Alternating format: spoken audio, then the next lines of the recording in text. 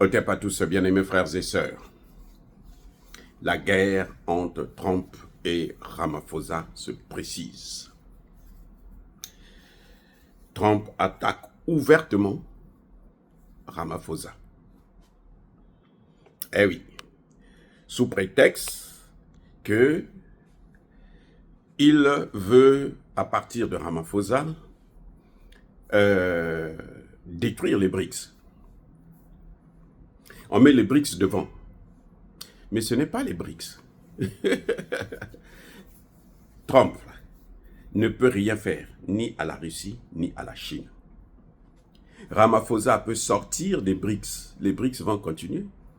En Afrique, les BRICS sont maintenant l'Égypte et l'Éthiopie. Donc si Ramaphosa s'en va, c'est lui qui va perdre. Parce que les Occidentaux, ils ne vont plus l'aider. Ils n'ont plus les moyens de leur politique. La seule chose qu'ils veulent, c'est aujourd'hui faire ce qu'ils appellent, eux, un reset. C'est-à-dire qu'on met tous les compteurs à zéro. Et on reprend maintenant qui est le plus intelligent, le plus fort, qui va l'emporter. Et pour mettre tous les compteurs à zéro, il faut aller vers la 3e GM. Et ça va embraser tout le monde. Et puis, tout le monde sera à plat. Et maintenant, eux, ils comptent être les premiers à se relever. Ce qui n'est pas toujours sûr. Mais ça, c'est dans leur pensée. C'est ainsi qu'aujourd'hui, Trump attaque l'Afrique du Sud. L'enjeu, c'est la RDC. Vous comprenez? L'enjeu, c'est la RDC. Ce n'est pas les BRICS. Parce que les BRICS, là, c'est inévitable, personne ne peut les arrêter. Même si l'Afrique du Sud sort, comme je disais tout à l'heure, les BRICS vont continuer leur chemin. La dédollarisation, elle va se poursuivre. Qu'est-ce qui peut interdire à la Chine d'acheter le pétrole russe avec sa monnaie ou en rouble? Qui? Personne. Qui peut? Est-ce que les États-Unis peuvent imposer à la Russie d'acheter les produits chinois ou indiens en dollars? Non, c'est pas possible. Donc, ça, c'est inévitable. Trump frappe à la mauvaise porte. Donc, en fait, le vrai enjeu, c'est la RDC. Pourquoi? Parce que la RDC a toujours appartenu aux États-Unis. Depuis que Léopold II a cédé à la Belgique, les Américains, après l'assassinat de Patrice Lumumba, ils ont pris la RDC. C'est pour eux, c'est leur chose, leur propriété. Maintenant, on voit l'Afrique du Sud qui veut venir sauver la RDC. À l'est de la RDC. Trump n'est pas content. On a posé la question à Trump il y a quelques jours. Mais monsieur, qu'est-ce que vous pensez de la crise en RDC, l'agression rwandaise? Il dit cette histoire-là est compliquée. Comment ça c'est compliqué? Alors que vous avez été président pendant 4 ans. L'initiative du corridor de Lobito, là, que Joe Biden est venu renouveler. C'est pas Joe Biden qui est à l'origine de ce projet, c'est Donald Trump. Pour faire passer toutes les matières premières, notamment du Katanga et puis d'autres régions là, par l'Angola et puis faire venir aux États-Unis. Qui est à l'origine? C'est un projet de Trump que vous voyez là. Donc Trump connaît bien ce dossier. Il sait que bon, on va prendre depuis Lobito et on va prendre depuis le Rwanda. Or, maintenant que le Rwanda est allé trop loin et le Congo résiste, maintenant l'Afrique du Sud a perdu des hommes. L'Afrique du Sud veut venger ses hommes. Voilà le vrai problème. Et Donald Trump se rend compte que si l'Afrique du Sud venge ses hommes, ben, c'est elle qui aura la cote au Congo. Forcément, les Congolais vont apprécier l'Afrique du Sud. Et comme l'Afrique du Sud est avec la Chine et la Russie, eh ben, c'est la Chine et la Russie qui vont se renforcer au Congo. Donc, il faut arrêter très rapidement le projet sud-africain. C'est pour ça qu'il provoque l'Afrique du Sud. Vous allez entendre bientôt, il y a des sanctions contre l'Afrique du Sud pour l'AGOA, L'AGOA est l'un des seuls pays africains qui envoie des produits, plutôt l'Afrique du Sud est l'un des seuls pays africains qui vend ses produits sur la base de l'AGOA aux États-Unis. C'est l'un des rares qui produit. Voilà. Donc maintenant, on va titiller, on va essayer de bousculer l'Afrique du Sud pour la décourager. Parce que l'Afrique du Sud, quand ils étaient venus au début, il y a 1 an et demi ou 2 ans, quand ils sont venus, c'était pour faire la guerre. Mais vous avez vu que dès qu'ils sont arrivés sur place, ils se sont tués jusqu'à ce qu'on tue des Sud-Africains. Mais pourquoi? Mais parce qu'il y a eu l'influence. Les pressions occidentales, ils ont cédé. Ce sont ces mêmes pressions que Tshisekedi subit. Et Tshisekedi subit ces mêmes pressions parce que depuis un certain temps, Tshisekedi est venu hériter d'un certain nombre, un staff militaire et administratif qui travaille pour les Occidentaux. Vous voyez les généraux congolais là, pour la plupart, au moins 90%, c'est la pourriture totale. Parce qu'ils ont des maisons, ils ont déjà des maisons, des comptes bien remplis et tout, et puis ils sont là seulement pour jouer le jeu. Ce n'est pas leur problème, l'avenir du Congo. Et c'est ça qui rend la vie difficile, qui rend Tshisekedi incapable parfois de prendre des décisions.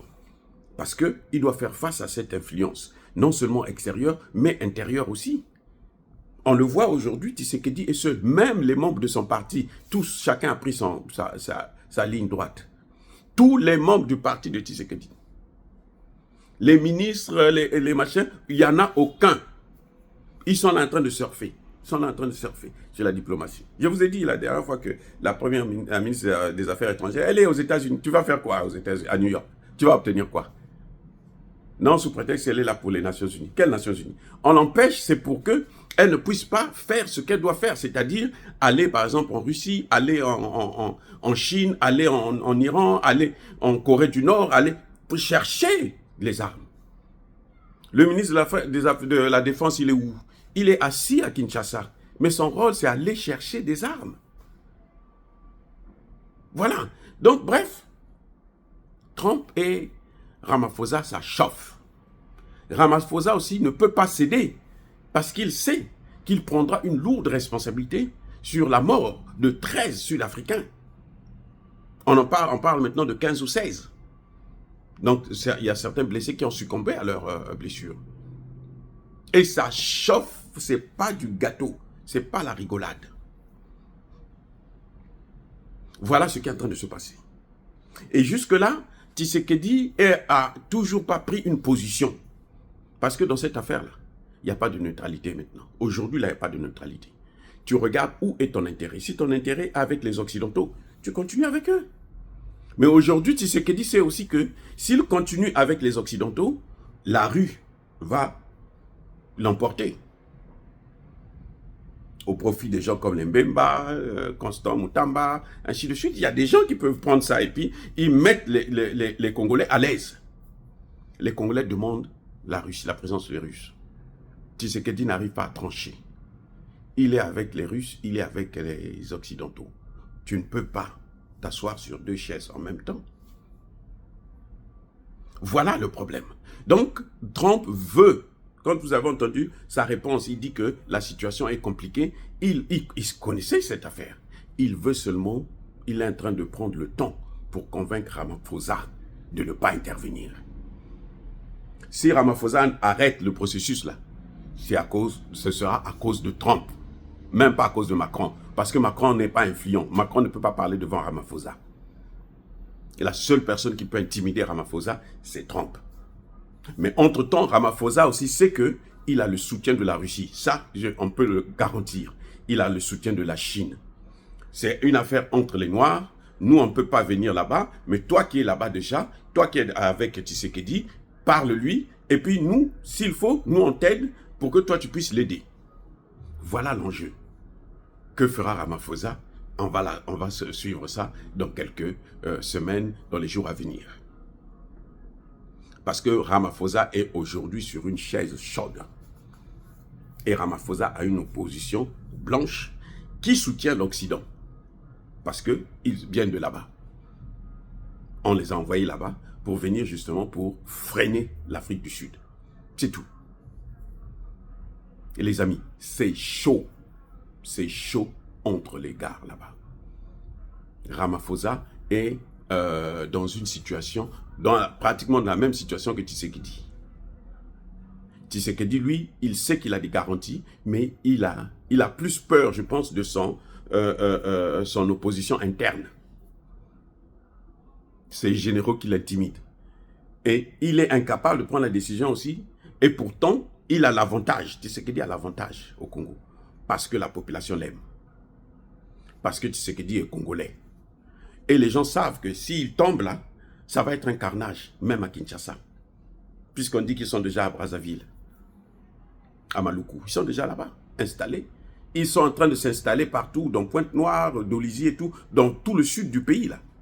C'est pour attaquer. Et eux, les autres, les Occidentaux, ils ont Chico, que Tshisekedi lui-même a envoyé comme chef de la zone militaire du Congo central, qui va depuis Kinshasa jusqu'à le reste. Donc, pratiquement toute la frontière avec le Congo-Brazzaville, c'est Chico qui est le maître. Lui qui a laissé pourrir la situation à Goma, il va faire la même chose. Donc, c'est ça les pesanteurs, les problèmes qui sont très compliqués à résoudre. Mais nous comptons sur Ramaphosa pour ne pas céder. Parce qu'il a quand même répondu à Trump en disant qu'il est un État souverain et que lui, il agit dans le cadre de la SADC. Et puis surtout, lui, il a perdu des hommes et Kagame doit payer le prix de ce qu'il a fait. Soyez bénis, abondamment bénis par le Dieu des Kémites et par nos ancêtres angélisés, mais que tous ceux qui persécutent le continent africain, le pillent et le déstabilisent, qu'ils soient noirs, blancs, chinois, arabes, juifs, indiens ou qui qu'ils soient punis, maudits, foudroyés, neutralisés, écrasés, effacés par le Dieu des Kémites et par nos ancêtres angélisés. Vive l'Afrique éternelle, j'ai dit et j'assume.